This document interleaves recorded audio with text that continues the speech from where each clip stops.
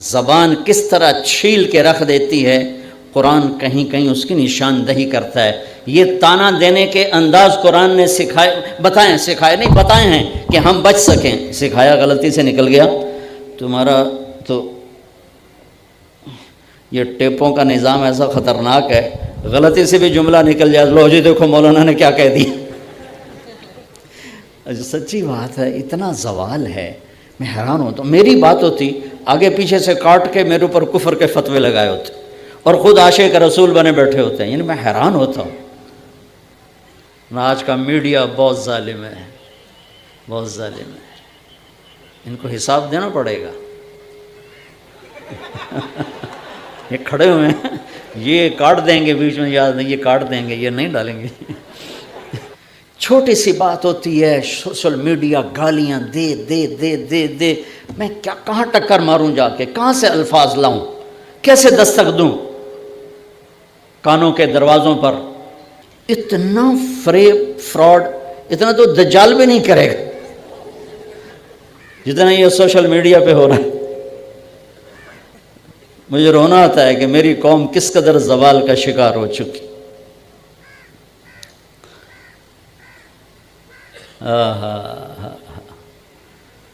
سلمان فارسی رضی اللہ تعالیٰ عنہ کو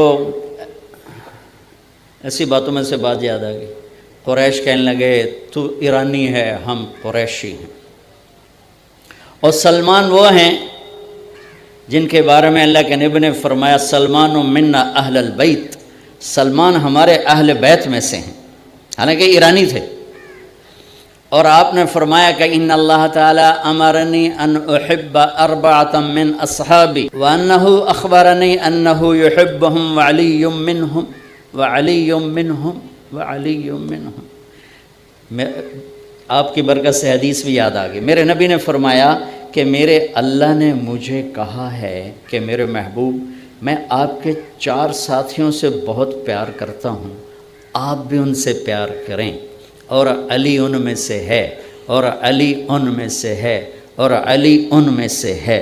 3 دفعہ یہ دہرایا کہ اے میرے محبوب میں آپ کے 4 ساتھیوں سے بہت پیار کرتا ہوں، لہٰذا آپ بھی ان سے پیار کریں، اور علی ان میں سے ہے، اور علی ان میں سے ہے، اور علی ان میں سے ہے۔ علی، ابو ذر، سلمان، مقداد رضی اللہ تعالی عنہ۔ سلمان فارسی کو تانا ٹھوکا، کتھو آ گیا ایرانی قریشی۔ وہ کہنے لگے نہیں نہیں، میں تو ایرانی بھی نہیں ہوں، میں تو خلقت من نطفۃ نتنہ نجسہ، میں تو ایک ناپاک پانی سے بنا ہوں۔ ثم اعود جیفۃ منتنہ، پھر مرنے کے بعد میرا جسم بدبودار ایک میت بن جائے گا۔ ثم اقوم لرب العالمین، پھر میں اللہ کے سامنے کھڑا ہوں گا۔ فَإِن ثَقُلَتْ مَوَازِينِي فَأَنَا كَرِيمٌ وَإِن خَفَّتْ مَوَازِينِي فَأَنَا لَعِيمٌ، پھر اس دن اگر میری نیکیاں بڑھ گئیں تو میں عزت دار ہوں، تم جو مرضی کہو مجھے پرواہ نہیں، اور اگر میری نیکیاں گھٹ گئیں تو میں ذلیل و خوار ہوں، پھر جو بھی کہتے ہو اس سے زیادہ کا حقدار ہوں۔ یہی کچھ ابو ذر رضی اللہ تعالیٰ عنہ کے ساتھ پیش آیا کہ ایک آدمی نے ان کو گالیاں نکالی، چپ کر کے سنتے رہے، وہ گالیاں دیتا رہا، یہ سنتے رہے۔ جب وہ اپنا زور لا کے تھک بیٹھا، ہوئے ہوں سٹاک مک گیا، ان کے تھک ڈنگا لی، فرمانے لگے بیٹا میرے سامنے ایک گھاٹی آ رہی ہے، میرے سامنے گھاٹی آ رہی ہے، اگر میں پار کر گیا تو تیری گالیوں کی پرواہ نہیں، اور اگر میں گر گیا تو جو تو نے کہا میں اس سے بھی زیادہ کا حقدار۔ تو میں نے یہ دونوں باتیں اپنے پلے باندھ لی، لہٰذا میں کبھی جواب نہیں دیا کرتا ہوں۔ بہتان ہے بہتان، میں جواب نہیں دیتا ہوں۔